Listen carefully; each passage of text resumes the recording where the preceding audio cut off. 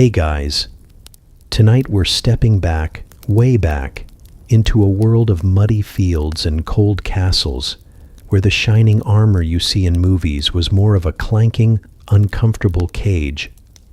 We're going to follow the path of a medieval squire, from his first terrifying day to the moment he hopefully earns his spurs. This isn't a story of glorious quests and noble deeds. It's a deep dive into the absolute nightmare that was a squire's life.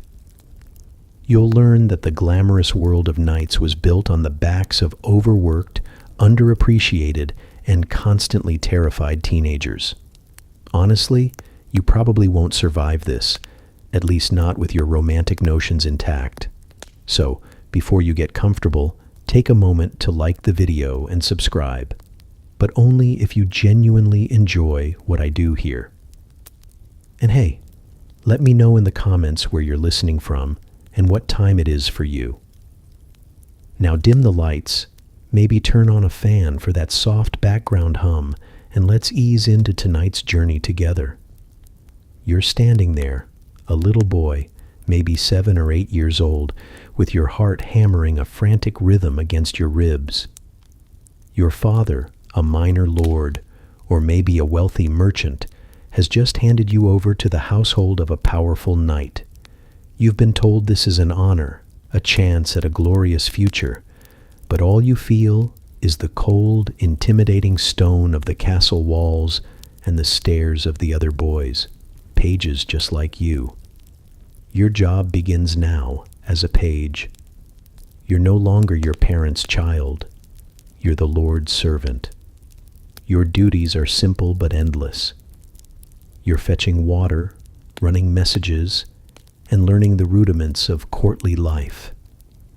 You are, for all intents and purposes, a small, expendable cog in a very large, very unforgiving machine. You practice with wooden swords, learning the basic stances and blows, but you're mostly there to learn discipline and humility, or, as it often feels, to learn how to endure constant scolding and ridicule.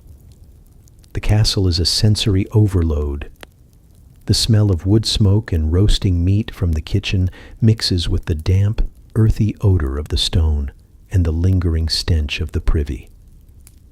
The sounds are a constant clamor, dogs barking, armor clanking, the boisterous laughter of knights in the hall, and the shrill commands of the master-at-arms. You are at everyone's beck and call, a shadow flitting through the halls, trying not to get in the way. You learn to eat quickly, to speak only when spoken to, and to keep your head down. Historians still argue whether a page's life was truly a form of noble schooling or just a way to weed out the weak before they even reached squirehood. It's not a question of which is right, but perhaps a question of when one became the other. As you grow, your responsibilities increase, and so does the pressure. You're no longer just running messages. You're serving meals at the high table, learning to carve meat with a sharp knife without slicing off a finger, and assisting the ladies of the court. This is the part of the fairy tale where you imagine yourself falling in love with a fair maiden, but the reality is more mundane and far less romantic. You're a glorified waiter, and any mistake, a spilled cup of wine, a dropped trencher of bread, earns you a sharp cuff to the ear or a public dressing down. You're taught the principles of chivalry, that vague and often ignored code of honor, but your daily life is far from honorable. You're learning to be a servant, a follower, and a survivor. It's a bit like an ancient, pre-digital version of an unpaid internship, except the stakes are far, far higher, and the boss might literally hit you. You see, the older boys, the squires, they are a different breed altogether. Taller, stronger, with a permanent look of exhaustion in their eyes.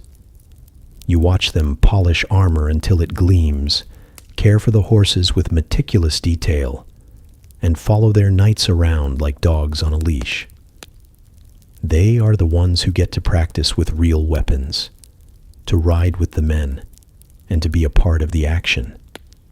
But you also see the scrapes, the bruises, and the weary slump of their shoulders at the end of a long day.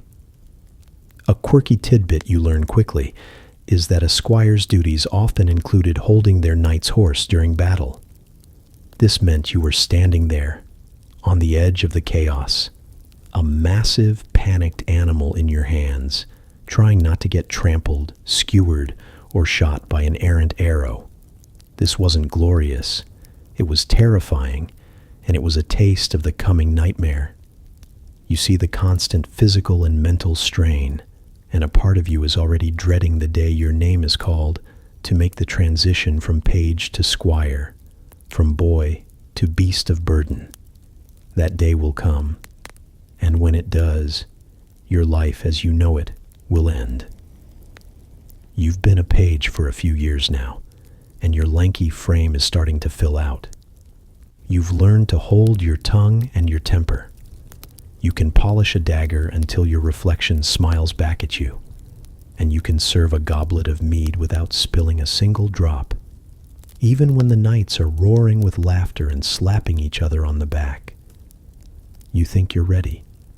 You've seen the squires, you've watched their duties, and you've mentally prepared yourself for the transition. You're wrong. When your lord calls you to his side and formally promotes you to squire, you feel a surge of pride. This is it. This is the moment. But the feeling is fleeting, a tiny ember of hope snuffed out by the first cold rush of reality.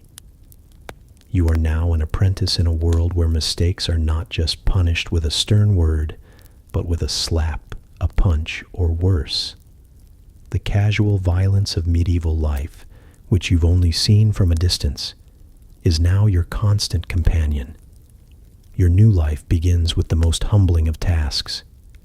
You are now your knight's personal servant, but on a different level. You are his valet, his groom, his armorer, and his pack mule, all rolled into one. Your day begins before dawn. You're jolted awake by a page, a younger version of you from just a year or two ago, who throws a bucket of cold water in your face, or perhaps just a boot to your ribs. Your first duty is to wake your knight, a man who likely stayed up half the night drinking and gambling. You help him into his clothes, fetch his morning meal, and, perhaps most unpleasantly, help him with his toilet. Yes, you read that correctly. A squire was often responsible for assisting his knight with his most private needs. It's a part of the job that romantic stories conveniently leave out. This immediate, intimate, and often degrading servitude is the first taste of your new reality. There's no glory here, only the sharp sting of reality and the constant smell of old straw and unwashed bodies. You are his shadow. You follow him everywhere, carrying his shield, his helmet, and his bags. When he sits down to eat, you stand behind his chair, ready to pour his drink or to fetch something he's forgotten. If he's in a tournament or on the practice field, you're on the sidelines, holding his spare lance, handing him water, and helping him on and off his horse. The moment he's done, you are responsible for his gear. The armor, the swords, the shields, they are all your charge. You spend hours polishing mail links, oiling leather, and meticulously cleaning mud and blood from every crease and buckle. A quirky tidbit you learn quickly is that a knight's armor was not one size fits all. It was often a patchwork of custom-made pieces, and a squire had to know every single one of them by sight and feel, and how to repair them on the fly. You're not just a polisher, you're a battlefield mechanic.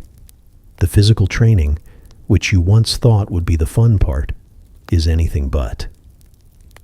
You practice with real swords now, but your knight uses you as a human target. He's not teaching you. He's correcting your mistakes with the flat of his blade, and sometimes, if he's in a foul mood, with the edge. You learn to take a blow, to roll with a punch, and to get back up, all without complaint.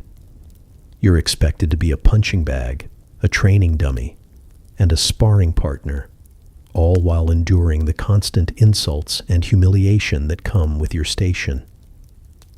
Historians still argue whether this brutal training was truly necessary for battle readiness, or if it was simply a method of social control, a way to ensure that squires remained subservient and docile, too physically and mentally broken to ever challenge their masters. Your daily existence suggests it's probably a bit of both. When your knight rides out, whether for war or to simply visit a neighboring lord, you are on a horse right behind him, carrying the bulk of his gear. Your saddlebags are heavy with spare clothes, food, and the tools you need to maintain his equipment. You are the one who sets up his tent, fetches his water, and lays out his bedding at the end of a long, exhausting day. There are no cozy inns or hot meals waiting for you. You sleep in a muddy field, a cold barn, or on the floor of a damp castle hall, always within earshot of your master, always ready to be called upon. The days are long, the work is hard, and the pay is non-existent. Your reward is the hope, the distant, faint hope of one day being like him, a knight with a squire of your own to torment and command. Your hands, once soft and childish, are now calloused, scarred, and perpetually sore. You've mastered the art of cleaning and maintaining armor, the endless, repetitive work of a squire. But that was just the beginning. Now, the real training begins, the kind that will either make you a knight or break you in 1,000 different places. You spend your days on the training field, a brutal, unforgiving patch of dirt and mud, where you and the other squires are put through a physical gauntlet designed to test your every limit. Your knight and the master-at-arms watch you like hawks, their eyes missing nothing. A slight wobble in your stance, a clumsy swing of the practice sword, a moment of hesitation. All are met with a swift, painful correction. You start with the basics, which are anything but. You practice the maneuver of a heavy longsword, swinging it for hours until your arms feel like lead and your shoulders scream in protest. You're taught how to parry, how to lunge, and how to maintain your balance in the clunky, restrictive weight of training armor. This armor, by the way, is often ill-fitting and poorly maintained, the legacy of squires who came before you. It chafes your skin, pinches in all the wrong places, and leaves you with raw welts and bruises at the end of every day. You learn to fight not just with your weapon, but with your entire body, using your weight and momentum to your advantage. A key element of this training is the use of the quintain, a wooden target on a rotating arm. If you strike it properly, it swings away. If you don't, the heavy sandbag on the other end swings around and hits you in the back of the head, a painful lesson in precision and timing. But the real challenge is mounted combat. You spend hours on horseback, learning to control the massive war horse while simultaneously handling a heavy lance. The lance is not just a weapon. It is an extension of your body, and you must learn to couch it, to hold it firmly under your armpit, without breaking your arm or dropping the weapon. You practice charging at a quintain, a ring, or sometimes another squire. The ground trembles beneath the hooves of the horses, the air is thick with dust, and the rhythmic thud of lance on shield is the soundtrack to your nightmares. Your body is a symphony of aches and pains, a new bruise blooming on your skin every single day. A mainstream historical fact is that the average life expectancy for a knight was surprisingly low, not just because of battle, but because of the constant injuries sustained in training and tournaments. You are living proof of this reality. The squires who train alongside you are both your rivals and your only allies. You're competing for your knight's approval and the chance at glory, but you're also in a shared crucible of suffering. You bond over the cuts, the scrapes, the humiliating failures, and the small, fleeting moments of success. You learn to read the moods of your fellow squires, to know when to help them up and when to stay out of their way. The camaraderie is a small comfort, but it's a comfort you cling to. You also learn a quirky tidbit. Some knights, particularly those known for their cruelty, would intentionally use blunted swords with small nicks and burrs to give their squires more realistic training, leaving them with dozens of tiny cuts and bruises. It was a way to break them down, to teach them that the world was unforgiving and pain was a constant. Historians still argue whether this prolonged, brutal physical training was the most effective way to create skilled warriors, or if it was simply a byproduct of a culture that glorified strength and endurance above all else. What is clear to you, however, is that it is a test of your will. Every muscle in your body screams for you to stop, to give up, to lie down in the cool mud and simply not move. But you get up. You pick up the sword, mount the horse, and charge at the quintain one more time. You endure. Because deep down, beneath all the exhaustion and the pain, there is still that tiny, flickering ember of hope that one day you won't be the one swinging the practice sword, but the one giving the orders. You tell yourself that the pain is the price of glory, the fire that forges steel. But you also know that for many, it's just the fire that burns you out long before you ever get a chance to shine.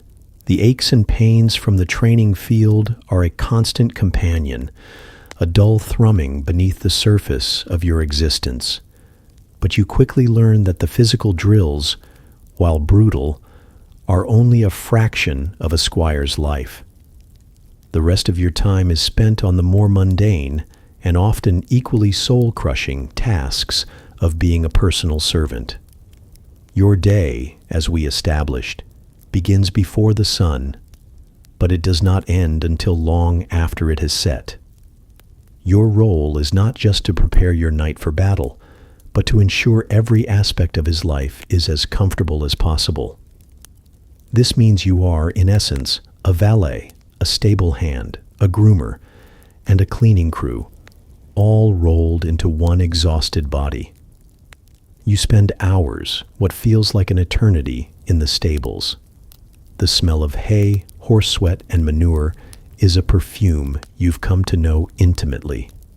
Your knight's warhorse, a magnificent, powerful beast, is your responsibility.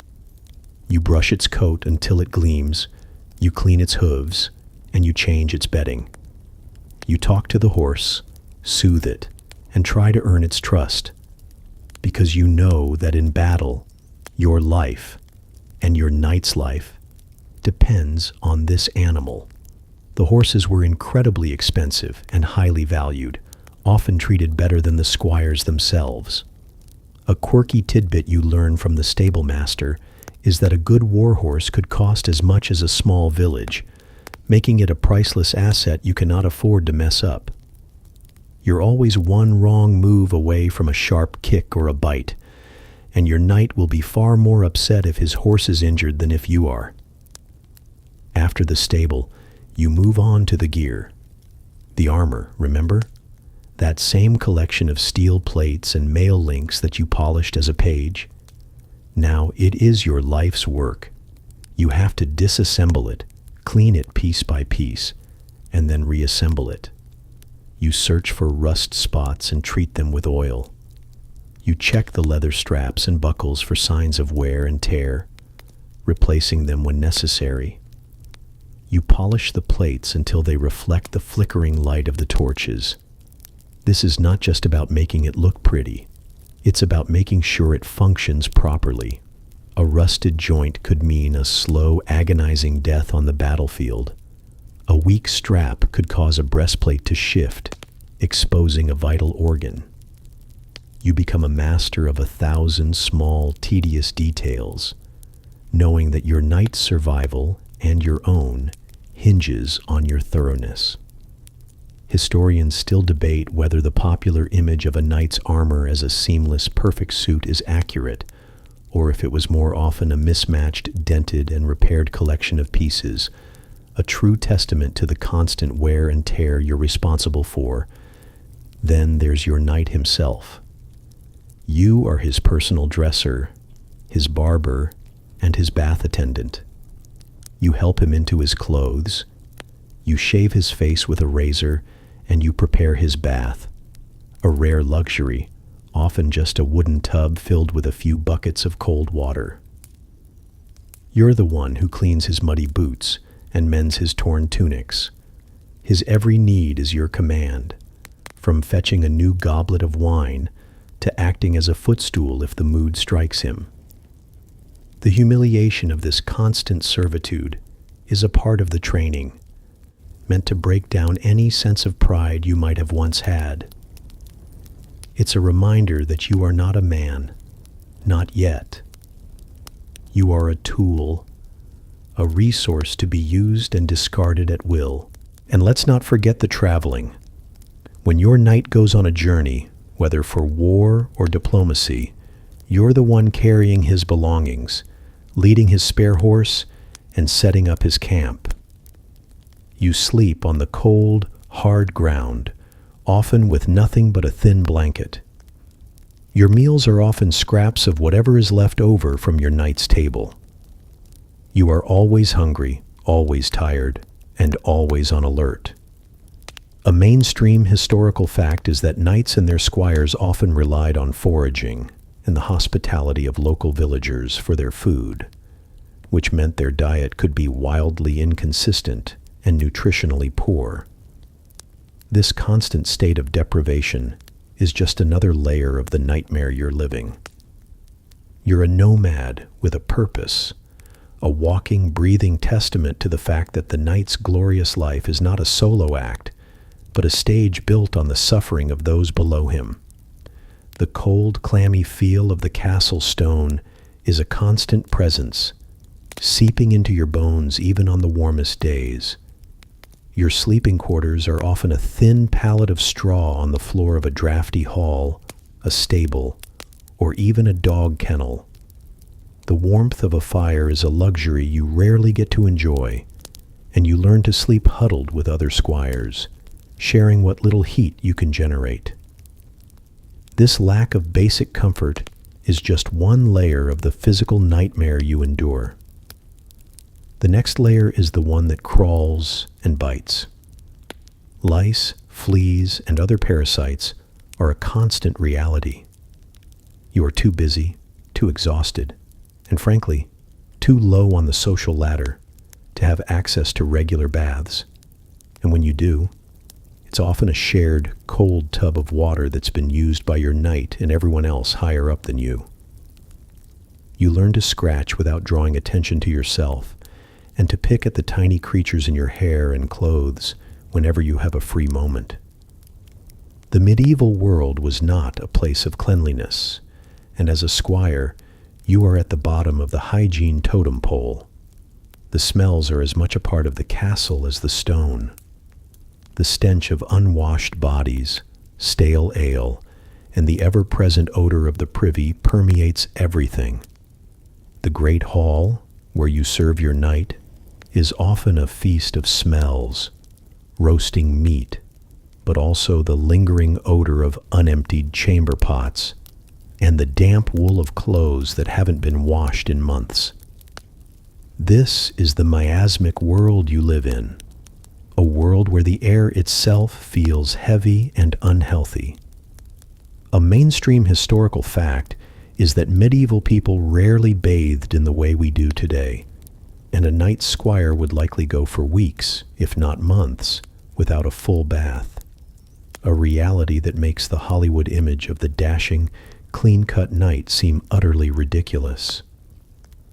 You're always a little bit itchy, a little bit dirty, and a lot uncomfortable. And let's not forget about the physical pain. Beyond the bruises from training, you're constantly getting nicks and cuts from polishing rusted armor, splinters from working with wood, and blisters from the constant riding and manual labor. These small injuries, if not treated properly, and they almost never are, can easily become infected. A simple cut on your finger could swell up, turn red, and leave you with a fever that knocks you out for days. You learn to ignore the pain, to push through it, because showing weakness is not an option. A squire who complains is a squire who is not ready to be a knight. Your diet is also part of the ordeal. While you serve your knight sumptuous meals of roasted meat and fine bread, your own meals are often the leftovers, if you're lucky. More often, you get a hunk of tough bread and some hard cheese. You're always a little bit hungry, which makes the constant physical exertion even more taxing. You yearn for the rich food you serve but cannot touch, a constant reminder of your low status. Historians still argue whether the extreme diets of the lower classes, including squires, contributed to the widespread illnesses of the time. What you know for certain is that you're always a bit weak, and that feeling of hunger is never far away. The feeling of being on the road is another unique kind of hell. You're constantly exposed to the elements. Rain soaks you to the bone, turning your clothes into a soggy, chafing mess. The wind whips at your face, chapping your skin and making your eyes water. And the sun, when it's out, bakes you, leaving your face and arms a painful, sunburned mess. A quirky tidbit you learn from the older squires is that a good way to deal with the chafing from your wet clothes is to rub tallow or animal fat onto your skin, a makeshift lubricant that smells terrible but prevents painful sores. You are, in every sense of the word, a medieval vagabond, a servant without a home, always moving, always serving, and always, always uncomfortable. Your entire existence is a study in quiet endurance, a testament to the fact that the path to glory is not paved with roses, but with mud, sweat, and a never-ending swarm of fleas. The physical pain is one thing. You can endure it, you can push through it. But the mental and emotional toll is a far more insidious beast. Your life is a constant series of small humiliations, designed not just to keep you in your place, but to break your spirit and rebuild it in the image of a loyal, unthinking servant. The line between training and outright abuse is often blurred, and a knight's mood can be the difference between a sharp cuff to the ear and a severe beating. You learn to read his face, his tone of voice, the way he holds his hands. Is he pleased? Or is he about to unleash a storm of fury because you forgot to polish the inner buckle of his sword scabbard? The unpredictability is a heavy weight you carry every single day. You are, in many ways, an extension of your knight. His honor is your honor, and his shame is your shame, but without any of the glory. If he loses a joust, you are likely to be on the receiving end of his anger. If he is bested in a tournament, you'll be the one to hear his bitter complaints and criticisms for days. You are a sounding board, a punching bag, and a convenient scapegoat. There is no praise for a job well done, only the absence of a beating.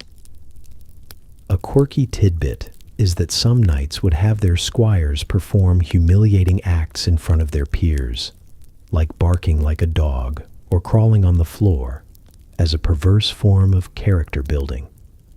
It was a way to teach them to swallow their pride and accept any indignity for the sake of their master. This constant pressure breeds a kind of quiet paranoia. You find yourself constantly checking and rechecking your work, obsessing over every detail. Did you tighten that saddle girth enough? Is the horse's bedding clean? Is the knight's armor perfectly polished? Your mind is never at rest. You are a teenager, still growing, still learning, but you are carrying the weight of a man's honor on your young shoulders. The weight is unbearable, but you can never let it show.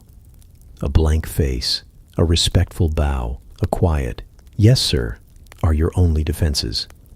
Any sign of insubordination, any flash of anger or pride, is met with swift and brutal correction.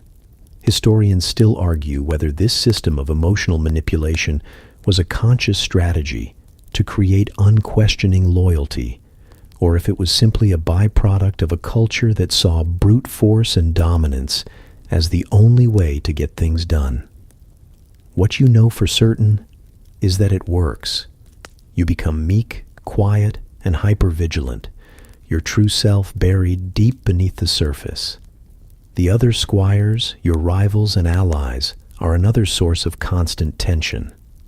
You are all competing for the same thing, your knight's favor, the chance to ride with him on an important mission, or even just the opportunity to prove yourself worthy of his attention. This competition can be cutthroat. A squire might deliberately fail to warn you of a mistake you're about to make, hoping to see you punished. He might subtly sabotage your work, hiding a piece of armor or loosening a horse's bridle, just to make you look bad. The camaraderie you felt as a page is replaced by a sense of guarded distrust. You learn to rely only on yourself and to keep your own secrets. The only relief from this endless grind is the rare moments of downtime, which you spend dreaming of a different life. A life where you are a man, a knight, with your own armor, your own horse, and your own squire to boss around. You imagine the glory, the respect, the honor. You tell yourself that all of this, the pain, the humiliation, the constant fear, is just a necessary step on the path to greatness. But the nagging voice in the back of your mind asks a different question. Is it worth it? Is a life of honor and glory truly worth this slow, agonizing process of having your spirit ground into dust?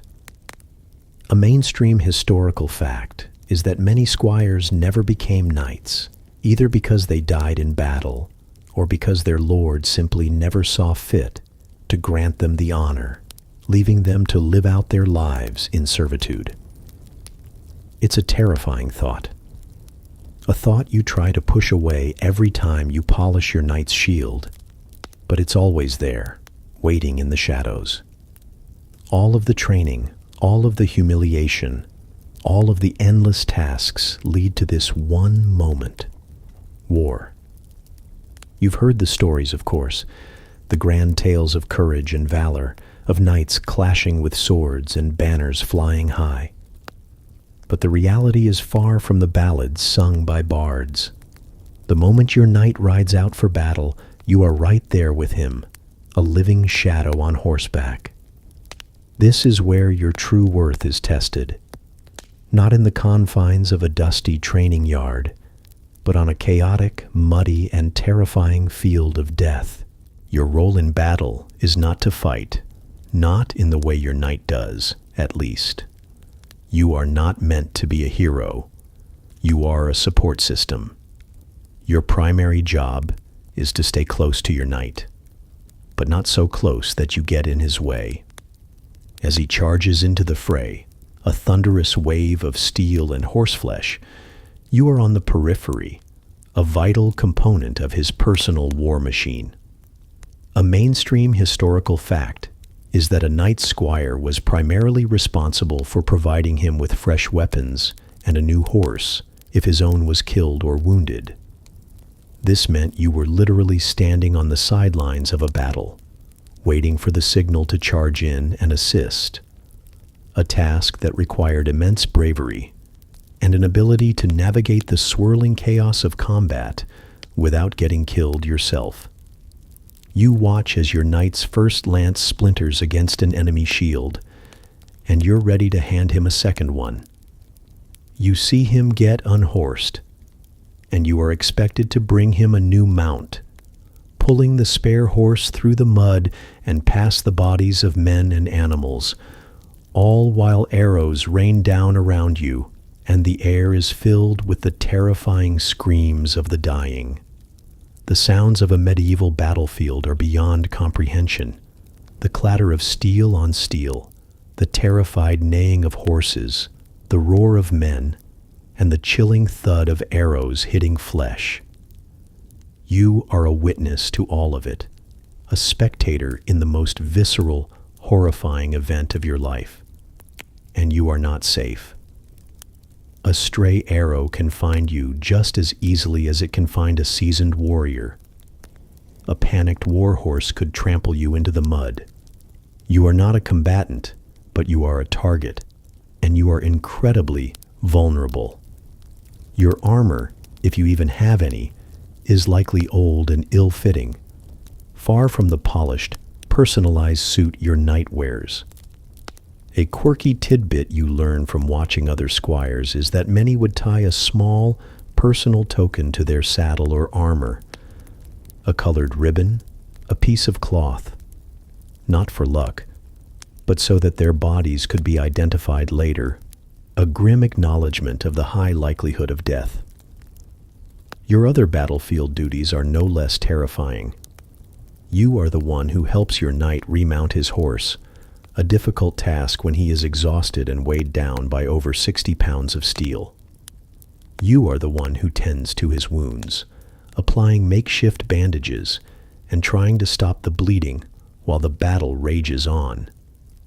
If he is captured, you are expected to act as his messenger, carrying the terms of his ransom back to your lord. You are, in every sense of the word, expendable. Your life has little value beyond your service to your knight, and the moment he is killed, you are either captured, killed, or left to fend for yourself in a world that has no use for a knightless squire.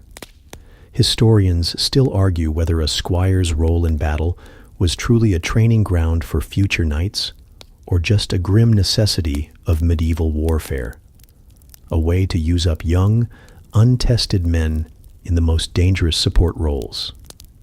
What you know for certain is that there is no honor on the battlefield. There is only a blur of violence, a sense of crushing fear, and the constant, nagging thought that this could be your last moment on earth. You don't think about glory, you think about survival. You see the true face of chivalry, stripped of its romantic veneer. It's a face streaked with blood and mud, a face that knows only the brutal, unforgiving reality of a world built on pain and fear. The ballads of the bards are nothing but beautiful lies. After the blood and the chaos of the battlefield, the nightmare doesn't end. It simply changes form. Now, your job is not about survival, but about restoration. You are the one who tends to your knight, a man who is now a walking collection of bruises, cuts, and scrapes. You help him out of his armor, a task that is often more difficult than putting it on, as his body is stiff with fatigue and pain. The armor itself is a mess. It's dented, scuffed, and often caked in mud and blood. Your knight is exhausted, maybe even injured, but you can't rest. Your work has only just begun. You have to clean and repair the armor, a monumental task that can take hours. This is where your meticulous training comes in. You start with the helm, which might have a fresh dent from a mace blow. You try to hammer it out, a difficult task that requires patience and a good eye. You check the mail coif for broken links, and if you find any, you have to mend them. a tedious process of weaving tiny metal rings together with a pair of pliers. Then you move on to the gauntlets, the greaves, the breastplate. Each piece has to be inspected, cleaned, and oiled. The blood has to be scraped off, the mud has to be wiped away, and the steel has to be shined until it gleams again. A quirky tidbit you learn is that many squires would use a mixture of sand and vinegar to scrub the rust off of their knight's armor. A painful, messy process that left their hands raw and smelling of acid. And what about the chainmail? A full suit of chainmail could weigh up to 40 pounds and was composed of thousands upon thousands of interlinked metal rings. You had to lay it out, examine every single inch of it for broken or bent rings, and then either replace them or bend them back into shape. It was a job that required extreme patience and an eye for detail, and a single mistake could leave your knight vulnerable in the next battle. This is the unglamorous reality of being a squire. You are not a warrior. You are a valet to a walking, talking tank. The knight is the showpiece, but you are the grease, the oil, and the constant maintenance crew that keeps the machine running. A mainstream historical fact is that a good set of armor was not only incredibly expensive, but also required constant maintenance to prevent rust and damage. A squire's failure to properly care for his knight's armor could lead to serious injury or death, making your role absolutely critical, even if it lacked any of the glory. Your hands are always dirty, your fingernails are caked with grime, and your skin is scarred with the nicks and scrapes of your work. You are a ghost, a presence that exists only to serve, to repair, and to prepare. After the armor is done, you move on to the weapons. The sword has to be sharpened, the lance has to be replaced or repaired, and the shield has to be mended. You do all of this in silence, often by the light of a single flickering torch, while the sounds of the camp or castle fade around you. You're the one who is still working long after everyone else has gone to sleep. Historians still argue whether a squire's grueling schedule was truly about efficiency, or if it was another form of a loyalty test, a way to see who had the dedication and endurance to withstand the constant, back-breaking work without complaining. What you know for certain is that you simply do the work. You don't question it. You don't complain about it, you just do it. Because the alternative is a punishment you don't even want to think about. The truth is, you're not just a support system. You're a form of investment. Your knight has taken you in, fed you, and trained you. He has a vested interest in your continued well-being, but only to the extent that it serves his own. A knight without a squire is a knight without someone to tend to his horse, his armor, and his every whim. You are, in every sense of the word, a valuable resource, but a resource that is constantly being tested, pushed, and used to its absolute limit. You are a tool, and you are expected to be sharp, polished, and ready for use at all times. As a squire, your life is not just about battle and endless chores. It's also about spectacle, and no spectacle is more important or more dangerous than the tournament. To the common folk and the nobility, these are grand events of chivalry, sport, and pageantry.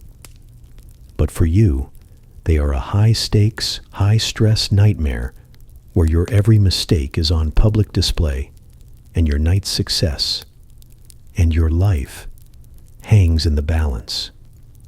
When your lord is set to compete, the weeks leading up to the tournament are a frenzied, chaotic blur of preparation. You are cleaning, polishing, and repairing his armor and weapons with a desperate intensity. The lances have to be perfect, the horse's tack has to be flawless, and the knight's armor has to be so polished it practically blinds the spectators. There's a new kind of pressure now, the pressure of a deadline. A mainstream historical fact is that tournaments were not just about entertainment. They were often used as a way for knights to earn wealth, reputation, and favor with powerful lords, which meant you had to be at the top of your game. On the day of the tournament, the air is thick with excitement. But for you, it's a suffocating blanket of anxiety. You are the one who helps your knight into his armor. A task that now has the added pressure of timing and public scrutiny. The armor is heavy, cumbersome, and hot, and your knight is likely nervous. You strap on the plates, buckle the straps, and tighten the joints, all while a crowd of nobles and commoners watch. You are a backstage hand in a deadly play, a stagehand who can't afford to make a single mistake. Once your knight is ready, you lead his magnificently caparisoned warhorse out to the field, holding his banner aloft. This is one of the few moments of public visibility you get, and you use it to try and look as impressive and professional as possible, even though your hands are shaking and your stomach is a tangled knot of nerves. During the joust, you are on the sidelines, a support system in plain view. You hold your knight's spare lances, a terrifying collection of pointed wood that represents both the potential for glory and the possibility of a grisly, immediate end. As your knight charges, you watch the impact of the lances, the splintering wood, the crash of steel, and the thunderous fall of horse and rider. If your knight is unhorsed, you are the one who has to rush onto the field, help him up, and bring him a new horse and lance. It is in this moment that you are most vulnerable. The field is a chaos of fallen men, spooked horses, and the dust of battle. A quirky tidbit is that squires often had to pay a fee to the tournament organizers to be allowed onto the field, an added financial burden for a role that was already thankless. The melee, or the mock battle, is even more terrifying. This is a chaotic free-for-all, a brawl between dozens of knights on horseback and on foot. Your job is to stay close to your knight, but not so close that you become a target. You are there to provide fresh weapons, to help him remount, and to pull him out of a pile of entangled knights if he falls. The danger is immense. You can get trampled by a horse, struck by a stray sword, or run through by a lance. This is not a game for you. It is a serious, life-or-death situation with no glory, and a very high chance of injury or worse. Historians still argue whether tournaments were a noble expression of chivalry or a brutal, violent, and often deadly sport. What you know is that it feels like the latter. You see the broken bones, the cracked skulls, the bleeding wounds. You are a witness to the true, brutal nature of this so-called sport, and a part of you begins to question whether any amount of honor is worth this much pain and fear.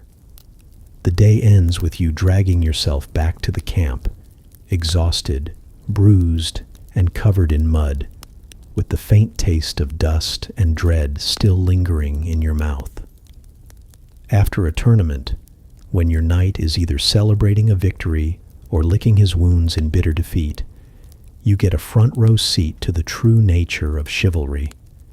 You've been taught the code since you were a page: honor, loyalty, courtesy, and a fierce devotion to your lord and your faith. But what you see in the cold, hard reality of the castle and the battlefield is a far cry from the romantic ideals of the bard's songs. The code of chivalry is less a moral guide and more a set of social rules, a delicate game of status and reputation that can be bent, broken, or completely ignored when it's convenient. You learn that a knight's honor is a fragile, conditional thing, and his supposed courtesy often doesn't extend to those beneath him, which is to say, you. You watch as your knight, who just yesterday fought with supposed honor in the joust, ruthlessly haggles with a defeated opponent over the terms of his ransom. There is no mercy, no noble grace in this transaction, just a brutal business deal. A quirky tidbit you learn is that a captured knight's armor and horse were considered fair prizes for the victor, and a squire was often responsible for stripping the fallen knight of his valuable gear, an act that felt less like a glorious victory and more like a scavenger hunt among the wreckage. You learn that a knight's primary loyalty is not to a code, but to his own self-interest and the welfare of his family. Your knight might be a devout Christian, but you see him, along with his peers, engage in all manner of unchristian behaviors. He might get drunk and gamble away his winnings, or worse, engage in cruel jokes and casual violence. The code of chivalry, you quickly realize, is a public-facing mask. It's something you wear in front of a crowd, but you take it off when you're in private. And as his squire, you are privy to all of the hypocrisy, all of the hidden ugliness. You see the true man behind the shining armor, and it's a man who is often no better, and sometimes far worse, than the peasants he claims to protect. Historians still argue whether chivalry was ever a truly guiding moral principle, or if it was always just a romanticized set of customs designed to control the violent and unruly knightly class. For you, the answer is clear. You also learn that a knight's reputation is everything, and it is a reputation you are responsible for maintaining. A knight who is known for his cruelty to his squire might be feared, but a knight who is known for his generosity might attract more followers and more opportunities. Your knight might be kind to you in front of others, treating you like a protege and a valued member of his household, only to turn and beat you for a minor mistake the moment you are alone. You learn that your knight's behavior toward you is a carefully crafted performance, and you are nothing more than a prop in his show. A mainstream historical fact is that a knight's honor was so important that he would often go to extreme lengths to protect it, including engaging in feuds and duels over the smallest perceived insult. As his squire, you are often caught in the middle of these disputes, carrying messages and enduring threats from rival houses, all for a man who might not even know your name half the time. Your life is a constant lesson in the gap between the ideal and the reality. The songs and stories promise glory, honor, and a life of righteous purpose. But the reality is a life of servitude, pain, and quiet suffering.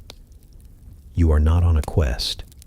You are in a prison, a gilded cage where the only freedom you have is the fleeting hope that one day you might get a chance to put on that shining armor yourself. But you are also a realist. You know that even if you do, the chances are you'll be just as broken, just as bitter, and just as hypocritical as the man you serve. The code of chivalry is not a set of ideals. It's a series of survival tactics in a world that is brutal, unjust, and merciless. While your knight battles for glory and you for survival, there's an ever-present, silent force shaping everything. Money. As a squire, you are an apprentice, not an employee. You don't receive a wage, and your pay is the vague promise of future knighthood. This means that your financial survival and the quality of your life is directly tied to the success or failure of your knight. This is particularly true when it comes to the business of ransom. In medieval warfare, and especially in tournaments, the goal was not always to kill your opponent, but to capture them. A captured knight was a valuable prize, a source of wealth that could change a man's fortunes overnight. A mainstream historical fact is that a knight's ransom was typically set at an amount that was high enough to be a serious burden, but low enough to be payable. often equivalent to a year or two of their total income. As a squire, you are a crucial part of this financial system. If your knight is captured, you are often the one sent to negotiate his release. You carry messages, haggle over terms, and act as a go-between for your lord and his captor. It's a high-stakes mission, and your failure could mean your lord remains a prisoner or worse. The process is not glorious. It's a series of tense, often humiliating negotiations. You are a pawn in a game of power and money, a child entrusted with the fate of a powerful man. You are not a hero. You are a messenger. You have to navigate the complex social rules of the noble class, a world you are only on the periphery of, and hope that your quiet, respectful demeanor will be enough to get the job done. But what if your knight is the one doing the capturing? Then your role is to help him strip the captured knight of his valuable gear, his armor, his weapons, his horse. This gear, now the property of your lord, is your responsibility to clean, repair, and prepare for sale. A quirky tidbit you learn is that the more valuable the captured knight, the more valuable his armor and equipment, which meant you had a vested interest in your knight defeating rich opponents. You were a gleaner, picking through the spoils of victory, not for your own gain, but for your master's. The money from the ransom and the sale of the captured goods is what funds your knight's household, his equipment, and his future campaigns. You get none of it directly, but you are a part of the engine that generates it. This financial reality adds a new layer of pressure to every battle and every tournament. You are no longer just fighting for honor. You are fighting for your next meal, your next suit of clothes, and the slim chance that your knight might be generous enough to provide you with a new piece of gear. You are acutely aware of the cost of everything. The horses, the armor, the weapons, they are all astronomically expensive, and a single mistake on your part could cost your knight a fortune. A bent sword, a ruined shield, or an injured horse. These are not just material losses. They are blows to your lord's financial stability. Historians still argue whether this focus on profit and material gain undermine the romantic ideals of chivalry. But for you, the answer is irrelevant. All you care about is that you have a roof over your head and food in your belly, and both are contingent on your knight's ability to win battles and capture prisoners. The entire system is a brutal, self-sustaining loop. Knights need money to fight, and they fight to get money. You, as a squire, are stuck in the middle, a crucial but thankless part of a system that sees you as a means to an end. You dream of a day when you have a squire of your own, when you are the one receiving the ransom, not the one carrying the messages. But deep down, you know that even if you make it, you'll be just as financially driven, just as ruthless, and just as focused on profit as the men you serve. You've done it. You've endured the years of back-breaking labor, the endless humiliation, and the constant fear. You have survived the battlefields, the tournaments, and the unforgiving routines of a squire's life. The moment has finally arrived. Your knight, perhaps impressed by your loyalty and competence, or perhaps simply because you are the next in line, has decided you are ready for the ultimate honor, knighthood. The ceremony, however, is not the grand, glorious event you imagined in your childhood dreams. It is a strange mixture of ancient ritual, religious solemnity, and simple practicality, and you are a nervous, exhausted participant. The day begins with a ritual cleansing. You are given a true bath, a rare luxury, but it is not for comfort. It is a symbolic act, meant to wash away the dirt and grime of your past and to prepare you for the pure life of a knight. You are then dressed in a simple white linen tunic, symbolizing your purity of intent. You will spend the night in a vigil, either alone in a chapel, or, in more practical terms, simply sitting up all night. A mainstream historical fact is that this vigil was meant to be a period of contemplation and prayer, a time for you to reflect on your duties to God and your Lord. But you are too tired for reflection. Your mind is a whirlwind of nerves and exhaustion, and all you can think about is the morning to come. The morning of the ceremony, you are taken to a cathedral or the great hall of the castle, where a crowd of nobles, knights, and common folk have gathered. You are now a spectacle, a man on the verge of greatness, and the weight of all their expectations is a tangible thing. You kneel before your Lord. He is no longer just your master. He is now your sponsor, the man who will bring you into the ranks of the knightly class. He asks you to swear an oath of fealty, an oath of loyalty to him and, more broadly, to the code of chivalry. You promise to protect the weak, to honor God, and to serve your Lord with unwavering loyalty. The words are beautiful, but in your mind, you hear the echoes of all the times you saw that code broken, all the times you saw cruelty triumph over courtesy. The moment you've been waiting for is the dubbing. Your Lord takes a sword and, in a gesture heavy with symbolism, gives you 3 blows. The first is on the back of your neck or shoulder, a sharp symbolic reminder of the pain you've endured and a warning to never flinch from your duty. Then, he taps your sword on your shoulders, right and then left, a light, almost gentle touch that is meant to signify the final act of your transition. He then says the words, "Be a knight," or a variation thereof. You are no longer a squire. You are a knight.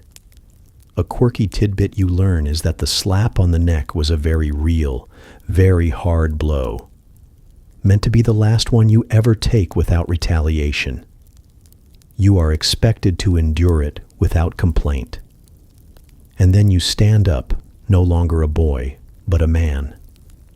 You are given your sword, your shield, and your spurs, the symbols of your new rank. You ride your horse for the first time as a knight, the crowd cheering and celebrating. But as you ride, a cold wave of reality washes over you. This isn't the end of your journey. It's the beginning of a new one. All of the lessons you learned as a squire, the patience, the endurance, the quiet acceptance of suffering, they were not just for the ceremony. They were for the life that comes after. Historians still argue whether the ceremony of knighthood was a truly transformative moment, or if it was simply a public recognition of a status you had already earned through years of brutal service. For you, it feels like both. You are a knight now, but you are still that same boy, just a little older, a lot more tired, and a lot less naive. You have traded one set of burdens for another. You are a knight now. You have the title, the sword, and the spurs. But the reality of your new life is a far cry from the fairy tales. You are not a wandering hero on a noble quest. You are a landless professional, a soldier of fortune who must find a way to make a living in a harsh and unforgiving world. You are, in effect, unemployed. Your former lord has no more use for you now that you are a knight. He may offer you a place in his retinue, a role as a member of his household guard, but you are still, in many ways, an employee. You have to find a way to earn money, to support yourself, and to build a reputation that will attract followers of your own. Your first taste of this grim reality comes with the cost of your gear. As a squire, your armor, weapons, and horse were the responsibility of your lord. Now they are your responsibility. A good suit of armor, a reliable war horse, and a sharp sword could cost you a fortune. You have to purchase them, or if you're lucky, your lord might give you a set of used gear as a farewell gift. A mainstream historical fact is that a newly dubbed knight often had to go into debt to afford the necessary equipment, a financial burden that could hang over him for years. The glorious trappings of knighthood are a heavy, literal, and figurative weight. You are no longer a part of a larger, established household. You are now on your own, and the world is a dangerous place for a lone knight. You have to find a lord to serve, a patron to support you, or you have to find a way to earn a living through other means. You might become a mercenary, a hired sword fighting for the highest bidder. You might join a military campaign, hoping to earn a name for yourself and to get a share of the spoils. Or you might become a professional tournament fighter, risking your life in the hopes of winning enough money to survive.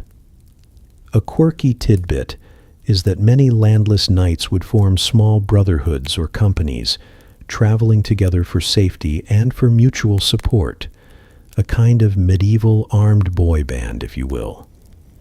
The so-called code of chivalry is even less relevant now that you are a free agent. You are not fighting for honor or for glory. You are fighting for your next meal. You might have to engage in acts that would have been unthinkable to you as a squire, like fighting for a lord you despise, or taking part in a raid on a neighboring village. Your principles are a luxury you can't afford. You learn that the line between a knight and a simple thug is often a very thin one, and that the only thing separating the two is a title and a good publicist. You still have to deal with all the mundane tasks of a squire, but now you have to do them yourself. You are the one who has to clean your own armor, tend to your own horse, and set up your own camp. The life of a knight is not a life of leisure. It is a life of constant work, constant danger, and constant financial insecurity. Historians still argue whether the romantic image of the knight as a noble hero was ever a reality, or if it was simply a tool used by the ruling class to encourage young men to take up a life of warfare and servitude. What you know for certain is that your life is hard, and the glory is a distant, fading dream. You are a knight now, yes, but you are still just a man in a world that is not built for heroes. You are a servant to your own survival, a warrior without a purpose, and a man who has traded one form of slavery for another. The world you inhabit is not static. The medieval era, with its grand castles and chivalric ideals, is slowly, almost imperceptibly, beginning to fade. You, as a young knight, are a relic of a dying age, a soldier whose skills are becoming obsolete. The catalyst for this change is a new, terrifying technology: gunpowder. The first time you see a cannon fire, you are both horrified and fascinated. It's a monstrous contraption, loud and smoky, but it can tear down a castle wall in a matter of hours, a task that would have taken an army of knights and sappers weeks to accomplish. Your heavy plate armor, once your greatest asset, now feels less like a fortress and more like a target. A mainstream historical fact is that the development of firearms, from early hand cannons to more refined arquebuses, dramatically changed the nature of warfare, rendering the heavily armored knight increasingly vulnerable. Your life, which was once a constant battle against swords and lances, is now a struggle against a new enemy you can't even see. A musket ball can pierce your plate armor, a terrifying reality that makes a face-to-face confrontation with a common foot soldier a deadly risk. The battlefield is no longer a place for glorious charges and one-on-one duels. It is a place for mass formations, for coordinated volleys of gunfire, and for a kind of warfare that is impersonal and brutal. The very idea of chivalry, of a fair fight between two honorable men, begins to seem ridiculous. You realize that a knight's courage is no match for a simple peasant with a gun and a clear line of sight. This shift in technology also affects your social standing. The knights, who were once the undisputed masters of the battlefield, are now just one part of a larger army. The foot soldiers, the pikemen, and the men with firearms are becoming more important and more respected. The social hierarchy that once placed you at the very top is beginning to crumble. A quirky tidbit you notice is that the old, landless knights who refuse to adapt are often the ones who are the first to die, clinging to their outdated tactics and their heavy armor, which offers them no protection against this new threat. You watch as men with no noble lineage, men who would have been nothing more than serfs just a few decades ago, become valuable soldiers and commanders, their skill with a new weapon far more important than their bloodline. The old ways of making a living are also changing. Tournaments are becoming less popular, seen as anachronistic and needlessly dangerous in an age where warfare is so much more efficient. The value of a knight's ransom is also declining. A powerful lord is more likely to pay for an army of mercenaries with guns than a handful of knights in shining armor. Historians still argue whether the decline of the knight was a slow, drawn-out process or a sudden, dramatic fall brought on by a single invention. What you know for certain is that the world you were born into is no longer the world you are living in.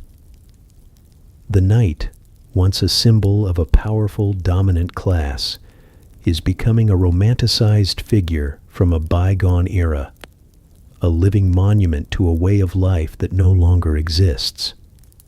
You are, in every sense of the word, an antique. You can see the change happening all around you, and a part of you is terrified. The skills you spent your entire life mastering, the endurance you built, the values you were taught, they are all losing their relevance. The future belongs to a different kind of warrior, a warrior who doesn't care about honor, who doesn't care about chivalry, and who doesn't care about duels. A warrior who just wants to win. The sun sets on your life as a knight, much as it set on the very concept of knighthood itself. Your days are no longer filled with the clang of steel or the thunder of hooves, but with the quiet contemplation of a life lived in a world that is now just a page in a history book. You are old now, your body a collection of aches and pains, a roadmap of the bruises, cuts, and broken bones you collected over a lifetime of service. The armor hangs in a dusty corner of your home, a heavy, cold monument to a past that no longer exists. The sword, once a symbol of your power, is now a ceremonial piece, its edge dull, its hilt worn smooth by the years. You sit by the fire, a cup of wine in your hand, and you think about it all. The mud, the blood, the fear, the endless work. Was it worth it? The ballads and the stories still talk about your kind, but they are a caricature of the life you lived. They speak of glorious quests and noble maidens, of dragons and sorcerers. They talk about a world that never truly existed. The common folk, and even the young nobles, see the knight as a romantic figure, a hero from a forgotten age. They don't see the boy who slept in the stables, the teenager who was a punching bag for his master, the man who risked his life for scraps of gold. They don't see the truth, they see the myth. A mainstream historical fact is that the romanticization of the knight began in the 14th and 15th centuries, a period when the knight's military importance was already in decline, turning him into a subject of literature and art, rather than a figure of war. The very idea of the chivalrous knight was largely a fabrication, a comforting story told to a world that was becoming more complex and more dangerous. Your life, as you lived it, was a testament to a different kind of truth. It was a truth of endurance, of survival, of a quiet, unheralded strength. You learned to be patient, to be loyal, and to accept your lot in life without complaint. You learned to work, to serve, and to survive in a world that was brutal and unforgiving. You might not have been a hero from a song, but you were a man who endured. And in that endurance, there is a different kind of honor. A quirky tidbit you remember is that even as knighthood was fading, the rituals and ceremonies of chivalry became more ornate and elaborate. A final desperate attempt to hold on to a romantic ideal that was slipping away. Historians still argue whether the legacy of the knight is one of brutal violence and aristocratic dominance, or one of chivalrous ideals and a commitment to a code of honor. You know it's neither and both. The knight's legacy is a story of a human being caught between an impossible ideal and a brutal reality. It is a story of a boy who was given a sword and told to be a hero, only to find that the world was not a stage for heroics, but a battlefield for survival. The true legacy of the knight is not in the grand castles or the shining armor. It is in the words we use every day: chivalrous, gallantry, courtesy, all remnants of a world that tried to build a code of conduct in an age of chaos. It's in the literature, the art, and the history books that continue to tell a story that is, in many ways, more myth than reality. And it's in the quiet, unspoken knowledge of those who lived it, the knowledge that the path to glory is not a straight line, but a muddy, painful, and often thankless journey. So, as you listen to the fire crackle, you can let go of the romantic notions. The story is over now. The clanking of the armor is silent. The shouts of the battlefield have faded into whispers, and the endless work of a squire's life has come to an end. You are no longer on the path to knighthood, or even on the path of a knight. You are just here now, in this moment, safe and sound. The history of the knight is not a story of what you became, but a story of who you were and who you had to be to survive. Now you can let it go. You can close your eyes. The fire is dying down now, a soft glow in the darkness. The world of mud and steel is fading, melting away like a dream in the morning light. You are no longer in a drafty castle or a muddy field, but right where you are, warm and safe. The clanking of armor, the shouts of the men, the cries of the horses, they are all just echoes now, soft sounds in the distance. The long, difficult journey of the squire is over, and the story of the knight has reached its end. The past is a quiet place now, a still, calm body of water, where all the struggles and all the pains have settled to the bottom. Let yourself drift on the surface. There is nothing to do now, nothing to worry about. Just the soft, gentle rhythm of the air and the peace of the quiet. You are safe. You are home. All the battles have been won, and all the duties have been fulfilled. Just relax, breathe, and let yourself fall into a deep, peaceful sleep.